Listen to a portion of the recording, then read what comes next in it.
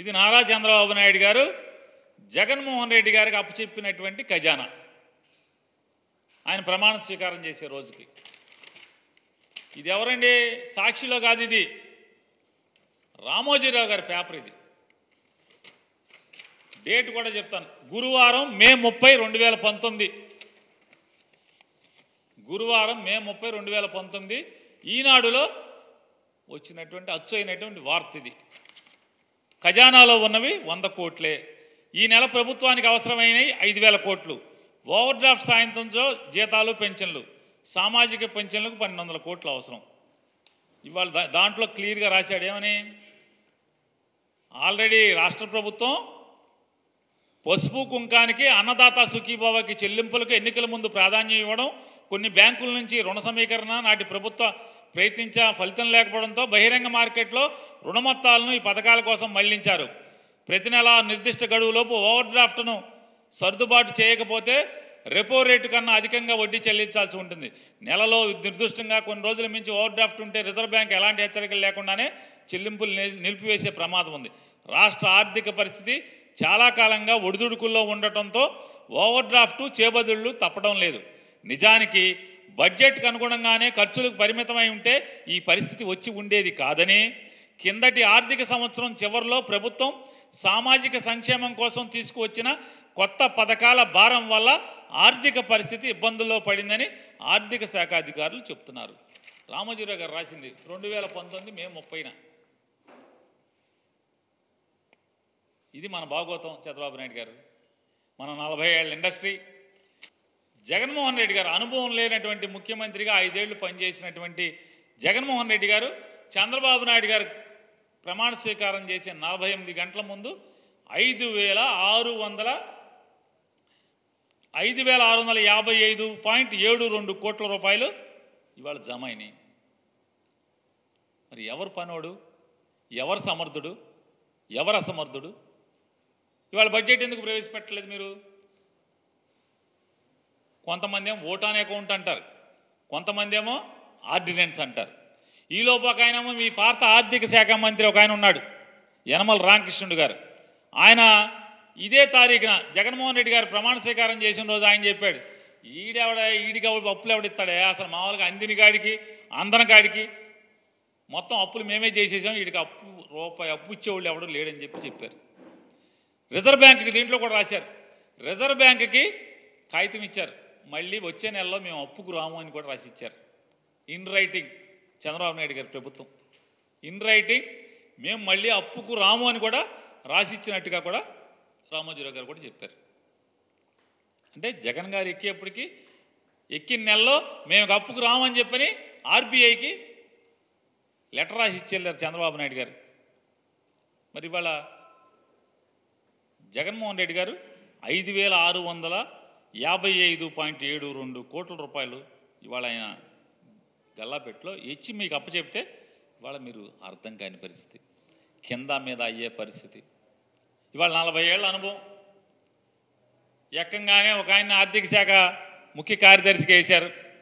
19 రోజులకే ఆ శాఖ కార్యదర్శిని పీకేశావు, ఆర్థిక శాఖ కార్యదర్శి. ఏది చంద్రబాబు నాయుడు గారు మీ అనుభవం ఇదేనా? మీరు ఏరి కోరి వేసుకున్నటువంటి ఆర్థిక శాఖ ముఖ్య కార్యదర్శిని 19 రోజులకి ట్రాన్స్ఫర్ చేసేశారు. ఎందుకు ట్రాన్స్ఫర్ చేశారు? ఇప్పుడు బడ్జెట్ ఎందుకు పెట్టలేకపోతున్నారు?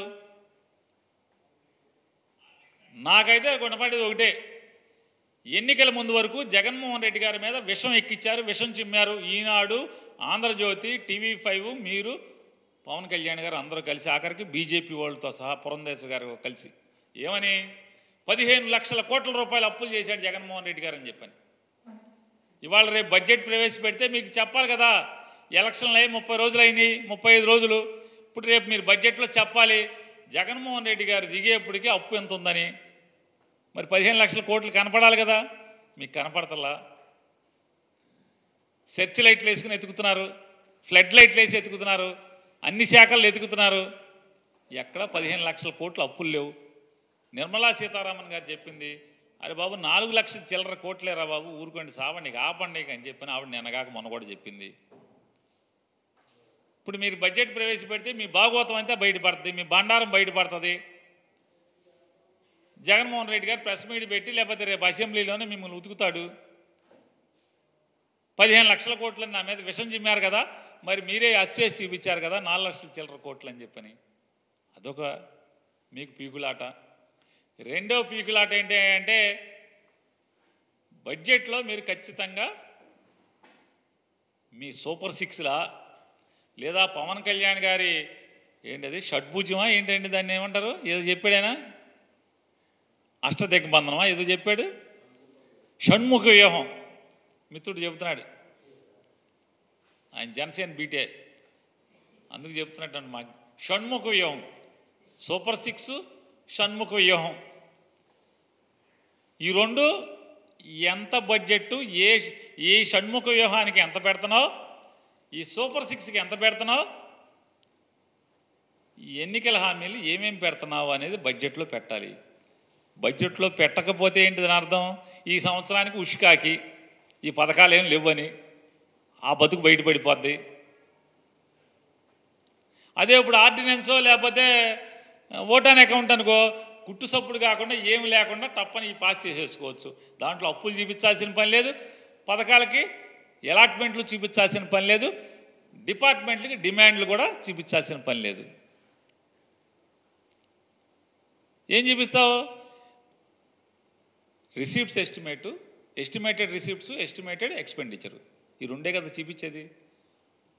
సింపుల్గా ఆర్డినెన్స్తో పాస్ చేసుకుంటాం, చర్చ లేదు, అప్పులు కనపడవు. జగన్మోహన్ రెడ్డి గారి మీద విషం చిమ్మిన 15 లక్షల కోట్లు చూపించాల్సిన పని లేదు.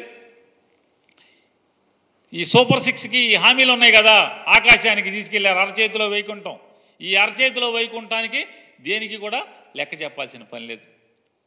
సో మామూలుగా బడ్జెట్ పెడితే ఖచ్చితంగా ఏ పథకానికి ఎంత ఎలకేట్ చేస్తున్నావు అనేది దాంట్లో చెప్పాలి. అది చెప్పలేదు అంటే ఈ సంవత్సరం ఆ పథకం ఎత్తేసినట్టే, అంతే కదా. ఇది తప్పితే ఏముంది, ఎందుకు పెట్టలేకపోతున్నావు? అయితే ఇది అవ్వాలి, లేకపోతే నీకు పరిపాలన చేత కాకపోవటం అవ్వాలి, అంతే కదా.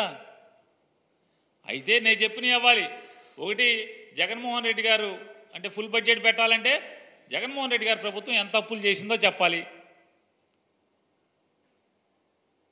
ఆ అప్పులేం 15 లక్షల కోట్లు కనపడతలేదు, అవి పెట్టకపోతే మన బతుకు బస్టాండ్ అయిపోద్ది, అలరైపోతాం. జగన్మోహన్ రెడ్డి గారిని అన్యాయంగా అన్నామని జనానికి తెలిసిపోతుంది, విషం చిమ్మామని జనానికి తెలిసిపోద్ది.